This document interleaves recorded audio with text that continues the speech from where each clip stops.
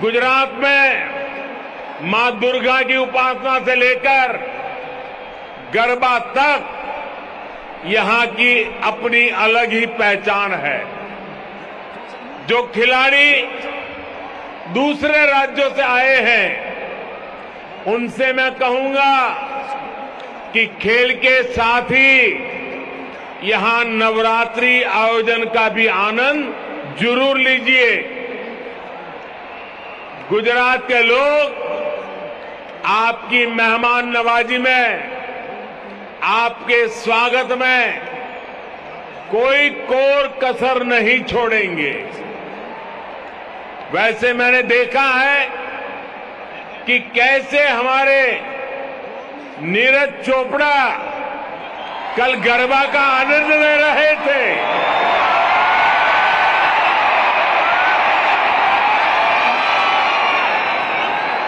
उत्सव की यही खुशी हम भारतीयों को जोड़ती है, एक दूसरे का साथ देने के लिए प्रेरित करती है। मैं इस अवसर पर आप सभी को, सभी गुजरात वासियों और देशवासियों को एक बार फिर नवरात्रि की बधाई देता हूं। मेरे युवा मित्रों, किसी भी देश की प्रगति और दुनिया में उनके सम्मान का खेलों में उसकी सफलता से सीधा संबंध होता है। राष्ट्र को नेतृत्व देश का युवा देता है और खेल, स्पोर्ट्स उस युवा की ऊर्जा का, उसके जीवन निर्माण का प्रमुख स्रोत होता है। आज भी आप देखेंगे दुनिया में जो देश विकास और अर्थव्यवस्था में टॉप पर है, उनमें से ज्यादातर मेडल लिस्ट में भी टॉप पर होते हैं। इसलिए खेल के मैदान में खिलाड़ियों की जीत, उनका दमदार प्रदर्शन अन्य क्षेत्रों में देश की जीत का भी रास्ता बनाता है। स्पोर्ट्स की सॉफ्ट पावर देश की पहचान को, देश की छवि को कई गुना ज्यादा बेहतर बना देती है। साथियों, मैं स्पोर्ट्स के साथियों को अक्सर कहता हूं, सक्सेस स्टार्ट्स विथ एक्शन। यानी आपने जिस क्षण शुरुआत कर दी, उसी क्षण सफलता की शुरुआत भी हो गई।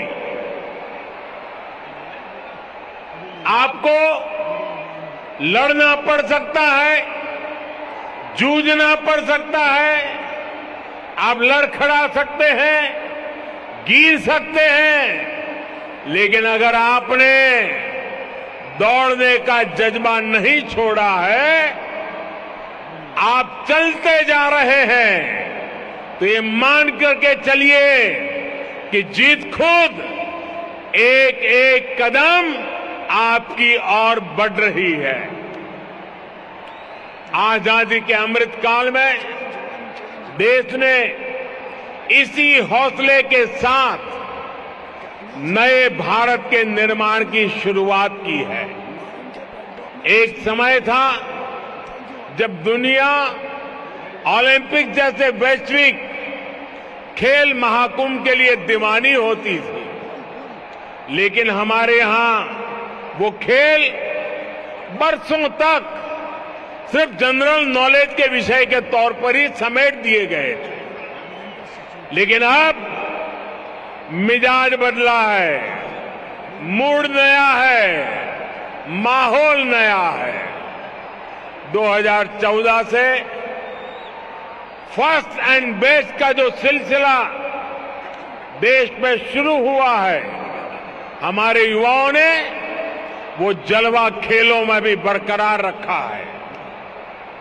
आप देखिए 8 साल पहले तक भारत के खिलाड़ी 100 से भी कम इंटरनेशनल इवेंट्स में हिस्सा लेते थे।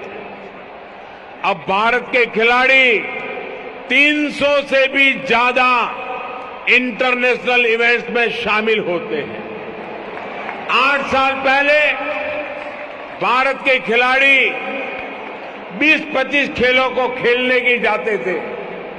अब भारत के खिलाड़ी करीब 40 अलग अलग खेलों में हिस्सा लेने जाते हैं। आज भारत के मेडल की संख्या भी बढ़ रही है और भारत की दमक भी बढ़ रही है। कोरोना के कठिन समय में भी देश ने अपने खिलाड़ियों का मनोबल कम नहीं होने दिया। हमने हमारे युवाओं को हर जरूरी संसाधन दिए, ट्रेनिंग के लिए विदेश भेजा। हमने स्पोर्ट्स स्पिरिट के साथ स्पोर्ट्स के लिए काम किया। टॉप्स जैसी योजनाओं के जरिए वर्षों तक मिशन मोड में तैयारी की। आज बड़े बड़े खिलाड़ियों की सफलता से लेकर नए खिलाड़ियों के भविष्य निर्माण तक टॉप्स एक बड़ी भूमिका निभा रहा है। आज हमारे युवा हर खेल में नए रिकॉर्ड बना रहे हैं और अपने ही रिकॉर्ड ब्रेक भी करते चले जा रहे हैं।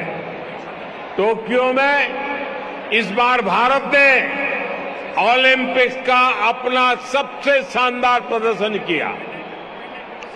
टोक्यो ओलंपिक्स में पहली बार युवाओं ने इतने मेडल्स देश के नाम किए। उसके बाद थॉमस कप में हमने हमारी बैडमिंटन टीम की जीत का जश्न मनाया। युगांडा में पैरा बैडमिंटन टीम ने भी 47 मेडल जीतकर देश की शान बढ़ाई। इस सफलता का सबसे ताकतवर पक्ष ये है, इसमें हमारी बेटियां भी बराबरी से भागीदार है। हमारी बेटियां आज सबसे आगे तिरंगे की शान बढ़ा रही है। साथियों, खेल की दुनिया में ये सामर्थ्य दिखाने की क्षमता देश में पहले भी थी। ये विजय अभियान पहले भी शुरू हो सकता था, लेकिन खेलों में जो प्रोफेशनलिज्म होना चाहिए था, उसकी जगह परिवारवाद और भ्रष्टाचार ने ले रखी थी। हमने सिस्टम की सफाई भी की और युवाओं में उनके सपनों के लिए भरोसा भी जगाया। इंडिया टीवी हर वक्त हर जगह डाउनलोड करने के लिए सर्च करें India TV news Google play store या ऐप स्टोर पर।